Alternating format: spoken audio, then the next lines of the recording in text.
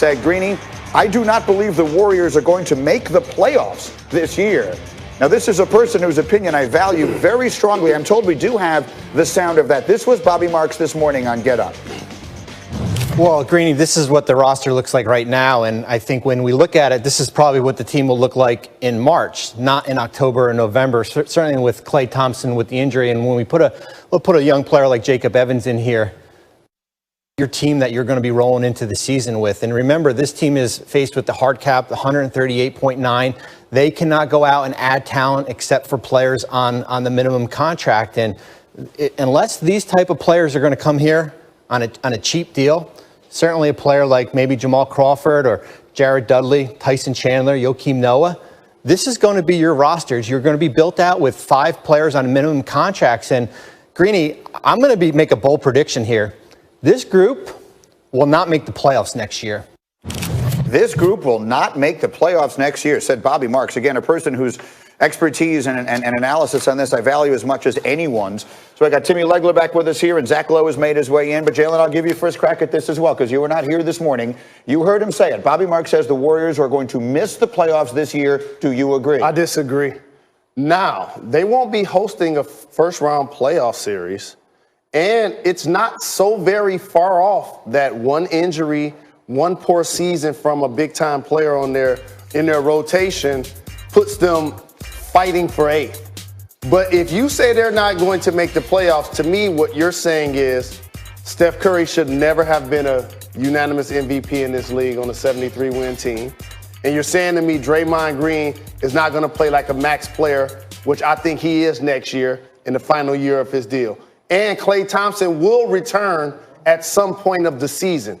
I anticipate the Golden State Warriors will be in the playoffs. Take me on the court, Legler. How good do you think the Warriors are? Are they a playoff team in the West? Look, it's not an outrageous statement, because when you really look at the Western Conference and you look at some of these other teams, obviously, particularly if Kawhi Leonard goes to the Clippers, all right, or the Lakers, obviously, but even if he doesn't go to the Lakers, we assume they're going to make the playoffs? With AD and LeBron? Yes, the Lakers will make it. So they're in. They weren't last year. So the question then becomes, are the Golden State Warriors still going to be better than a Clippers team if they don't get Kawhi, than a San Antonio Spurs team? Those are the teams you're going to have to hold off to make it, and I believe they will. And a lot of it's because of what he just said. The greatness of Steph Curry, to me, I think is what maybe we've forgotten a little bit about. He gave us kind of a reminder when KD went down for a short period of time, what that guy is still capable of and how much better he makes everybody else on the floor. And also, we're discounting what D'Angelo Russell's contribution is going to be. He might thrive playing in that fast open floor system with that kind of talent around him. D'Angelo Russell as a pure point playing alongside Steph, who can then play in more of a catch and shoot role.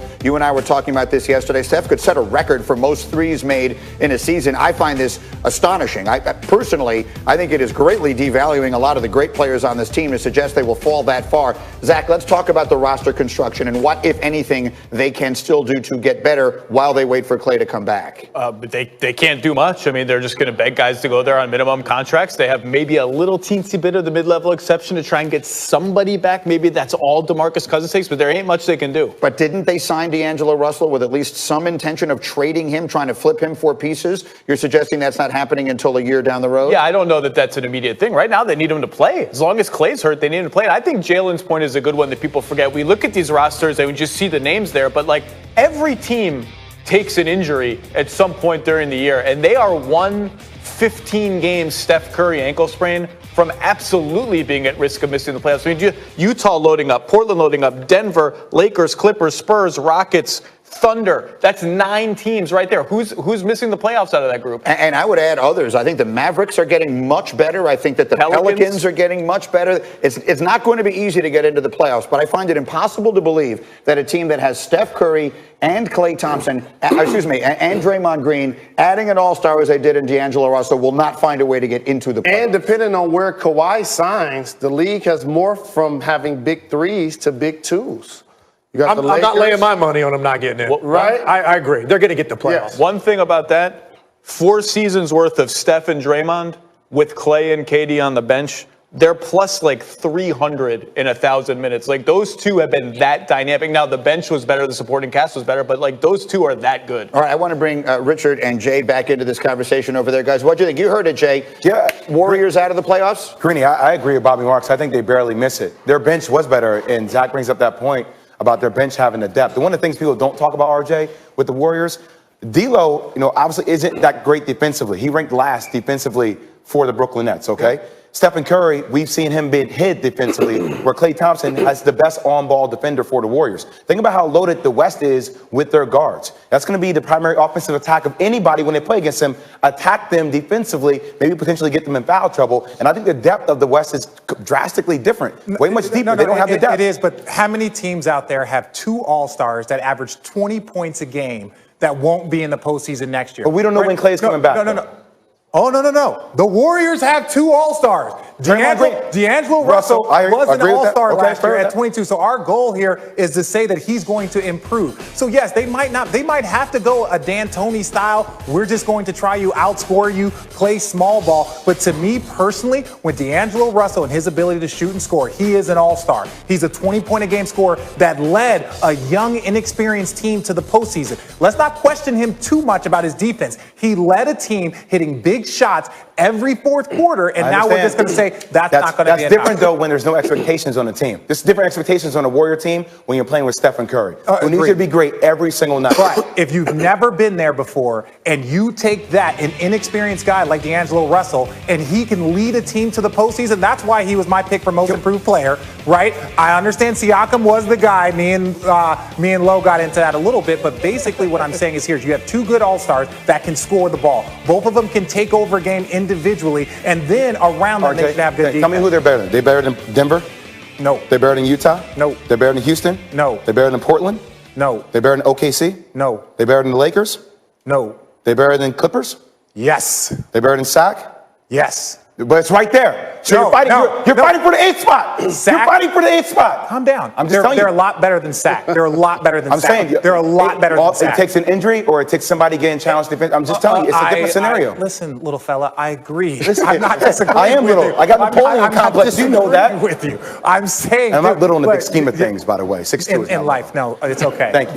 But just in general. Yes. You have 2 young All-Stars, or you have 1 really good All-Stars, and then they're going to be able to transition with Draymond, and they're going to play free. I think it's going to be great. Okay. Tell them, Jay, I'm 6'3". Don't run up on me in the street and think it's little fella. Thank you, Jay Rose. Let's put the 2 of them in timeout for just a minute, and then we'll come back here, and we will get much more from them as we go on. And Legs, you seem to be reacting strongly as he was talking. What were you thinking? I think one of the things we need to focus on is Steph Curry off the basketball and the impact that he has on everybody else on the floor. Because if he was an isolation player and you had 2 isolation-type guards with that lineup, I'd say might be a challenge because he's going to get loaded up on so much. He is off the ball so much, which requires perfect communication on switches, on hedges, on matchups, on cross matchups, on transition.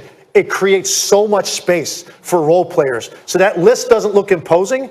All those guys are better players because of the attention he commands. And that's why I think he can go back to that style, make other guys better just by his mere presence where you have to guard this guy. And whether it's an all-star level or all-NBA level, if you look at the Western Conference, it's morphed into big 2s. The Lakers, even though Kyle Kuzma is going to take a leap to me, Portland, Houston, OKC. So if the Warriors play up to their potential, and Draymond, again, is in a contract year. I think you're going to see the guy that played against Portland more than you saw the guy in the regular season. What we typically refer to now as a super team does not currently exist in the West or the East unless Kawhi Leonard signs with the Lakers. That is the one way there is a super team of traditional. So super team is 3?